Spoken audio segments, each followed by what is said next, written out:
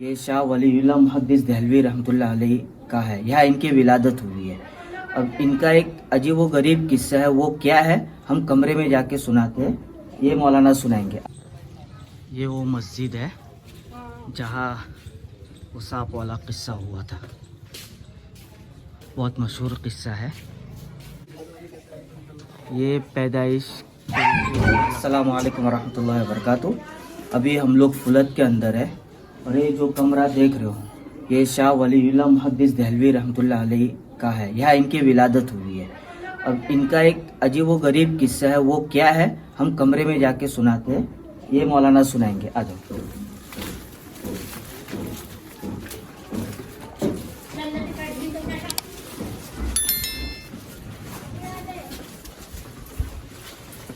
یہ ان کا کمرہ ہے، یہاں ان کی ولادت ہوئی ہے۔ مولانا آپ سنائیے کیا قصہ ہے؟ حضرت شاہ ولی اللہ رحمۃ اللہ علیہ کی والدہ جب حمل سے تھی تو دہلی میں تھی، اور تقریباً 2 سال ہو چکے تھے، ولادت نہیں ہو رہی تھی۔ سب گھر والوں کو تشویش ہوئی تو ادیبہ کو دکھایا۔ ادیبہ نے کہا کہ معمول کے مطابق ہے حمل، کوئی ایسی پریشانی کی بات نہیں ہے۔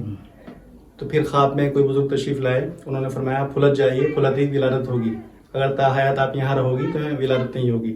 چنانچہ شاہ صاحب کی والدہ یہاں پر آئی اپنی والدہ کے یہاں پر، کیونکہ شاہ صاحب کا یہ ننیحال ہے، تو اپنی والدہ کے یہاں شاہ صاحب کی والدہ، پھر یہاں شاہ صاحب پیدا ہوئے۔ اور یہ سروس کی چھت بدلی گئی ہے، اور ایک سامنے ایک دیوار، باقی تینوں دیواریں حضرت شاہ صاحب اسی زمانے کی ہیں۔ ماشاء اللہ۔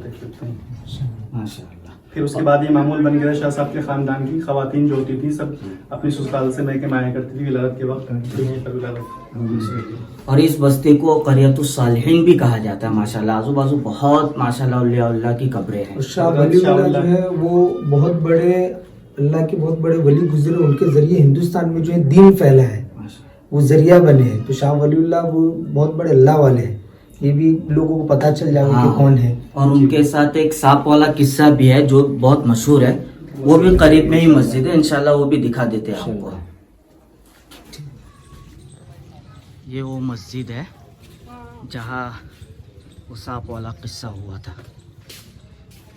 بہت مشہور قصہ ہے کہ حضرت شاہ صاحب نے اللہم افتح لی ابواب رحمتک بسم اللہ دخلت علیہ توکلت ونویت سنت الاعتکاف بسم اللہ والصلاة والسلام علی رسول اللہ۔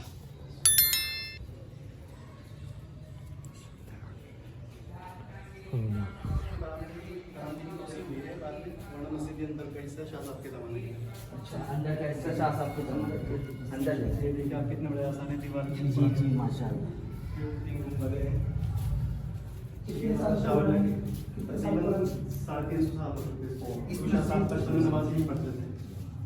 اس پہ کیا سانپ والا قصہ ہے؟ حضرت شاہ ولی اللہ کے چھوٹے بھائی تھے حضرت شاہ اہل اللہ رحمۃ اللہ علیہ، ان کی قبریں یہ فلت میں ہیں۔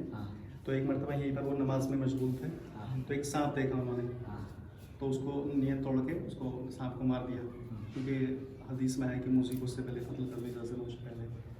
پھر ان کو جو ہے جنات اٹھا کر لے گئے، اس لیے کہ وہ جو سانپ تھا وہ شہزادہ جن تھا، بادشاہ جن کا بیٹا۔ تو جب وہاں پہنچے تو دیکھا کہ جنازہ رکھا ہوا ہے اور عدالت لگی ہوئی جنات کی، تو پھر ان پر قصاص کا جج نے فیصلہ کیا، تو انہوں نے کہا جنات کی عدالت۔ تو انہوں نے کہا کہ جان کے بدلے میں جان، پر اسلامی طریقہ ہے، اصول ہے۔ تو پھر انہوں نے کہا میں نے تو کسی کا قتل نہیں کیا، نہیں کہ تم نے سانپ مارا تھا، کہ ہاں سانپ تو مارا تھا، کہ وہ ہمارا بیٹا تھا، بادشاہ نے دائر کیا، یہ ہمارا بیٹا تھا، شہزادہ جن تھا وہ۔ تو انہوں نے پھر وہ حدیث پڑھی کہ اللہ کے رسول کا ارشاد ہے کہ مجھے کو ایزا پہنچانے سے پہلے قتل کرو۔ پھر کہا کون گواہ ہے اس کا؟ اب دوسری دنیا تھی، بالکل جنات دوسری جنس تھی وہ۔ ایک بوڑھے، بہت ہی بوڑھے جن صحابی بیٹھے ہوئے، 2 صحابی تھے، تو 2 لوگوں کے دائیں بائیں کاندھوں پہ ہاتھ رکھ کے جنات کے کھڑے ہوئے، اور ان پلکیں بھی بند ہو جا رہی تھی، انگلیوں سے کھول کھول کر بتا رہے تھے، باتیں کر رہے تھے، کہا کہ میں نے آپ کا فرمان میں نے بھی اپنے کانوں سے سنا، اللہ کا رسول نے فرمایا، تو ان کی اشارت میں ان کو بری کر دیا تھا۔ اس کے بعد لوگ یہ بھی کہتے ہیں کہ وہ جن صحابی کی زیارت کی تھی وہ تابعی ہو گئے تھے شاید اللہ، اور ان کے زمانے کے لوگ خود کہتے ہوئے تابعی ہو گئے تھے، بعض علماء کی رائے یہ بھی ہے۔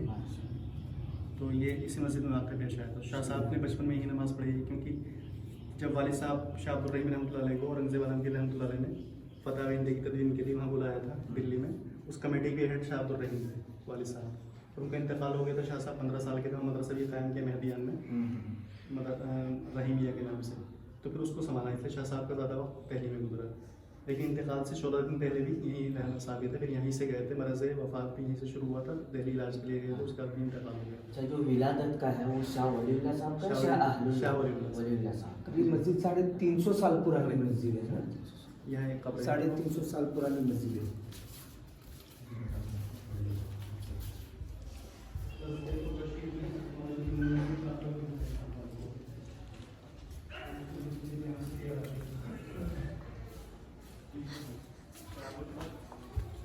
ان کے برابر میں 2 قبریں ہیں. ایک ہیں شاہ الفت والد صاحب, دوسرے بیٹے ہیں شاہ الفضل. شاہ الفت رحمۃ اللہ علیہ حضرت مجدد الفت ثانی رحمۃ اللہ علیہ کے دادا پیر ہوتے ہیں. ان کے پیر تھے شیخ خواجہ باقر اللہ, اور ان کے بھی استاد اور شیخ تھے شیخ ابو الفت رحمۃ اللہ علیہ. تو یعنی حضرت شاہ صاحب سے بھی 300 سال پہلے تھے. اور جو یہاں کے بانی ہیں بستی کے قاضی محمد یوسف ناصر, ان کے پرپوتے ہیں شاہ الفت رحمۃ اللہ علیہ. اپنی زندگی میں ان کی طرف مخلوق کا رجوع بہت تھا. ایک مرتبہ کہ وہاں تھے اپنے شیخ کے ہاں نارنول میں, شیخ نظام کے ہاں بیٹھے ہوئے تھے, تو ایک دوسرے بزرگ گزرے شاہ کمال کیتھ علی. انہوں نے دیکھ کر کہا کہ عجیب تماشا دیکھ رہا ہوں میں آسمان زمین کے بیچ میں, کہ ایک سورج چاند کے سائے میں بیٹھا ہے. تو ان کو مرید کو شیخ سے چاند سورج سے تشبیہ دی, اور ان کے شیخ کو چاند سے تشبیہ دی. بہت رجوع. آج کل لڑکے اور لڑکیوں کے لیے, رشتوں کے لیے لوگ بہت پریشان ہیں. سلف صالحین کا بہت مجرب عمل بتا رہا ہوں. سورہ رحمان میں 31 مرتبہ فَبِأَيِّ آلَاءِ رَبِّكُمَا تُكَذِّبَانِ آیا ہے. تو سورہ رحمان کم سے کم 31 مرتبہ پڑھ کر آدمی اپنے لیے دعا کرے, اپنی بیٹی کے لیے دعا کرے, اپنے بیٹے کے لیے دعا کرے. اور یہ 31 مرتبہ 1 مہینے میں پورا کرو, 2 مہینے میں پورا کرو, اور اس کے بعد دعا کرو. اور پھر بھی اگر آگے پڑھو گے 1000 مرتبہ بھی اگر سورہ رحمان پڑھو گے تو فائدہ ہی فائدہ ہے انشاءاللہ.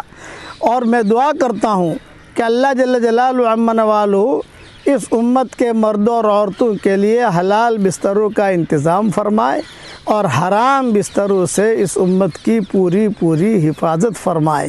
یہ جو نسخہ بتایا ہے یہ میں نے میری کتابوں میں بھی لکھا ہے, اور سلف صالحین کا یہ تجربہ رہا ہے.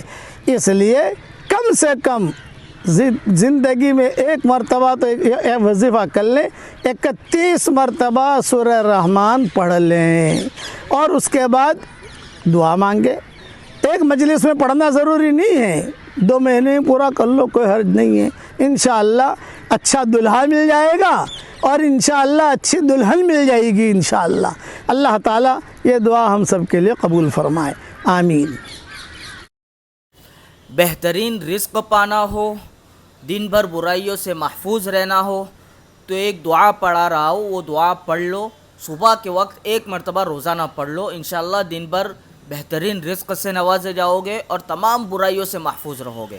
دعا یہ ہے, ما شاء اللہ لا حول ولا قوت الا باللہ, اشہد ان اللہ علی کل شیء قدیر.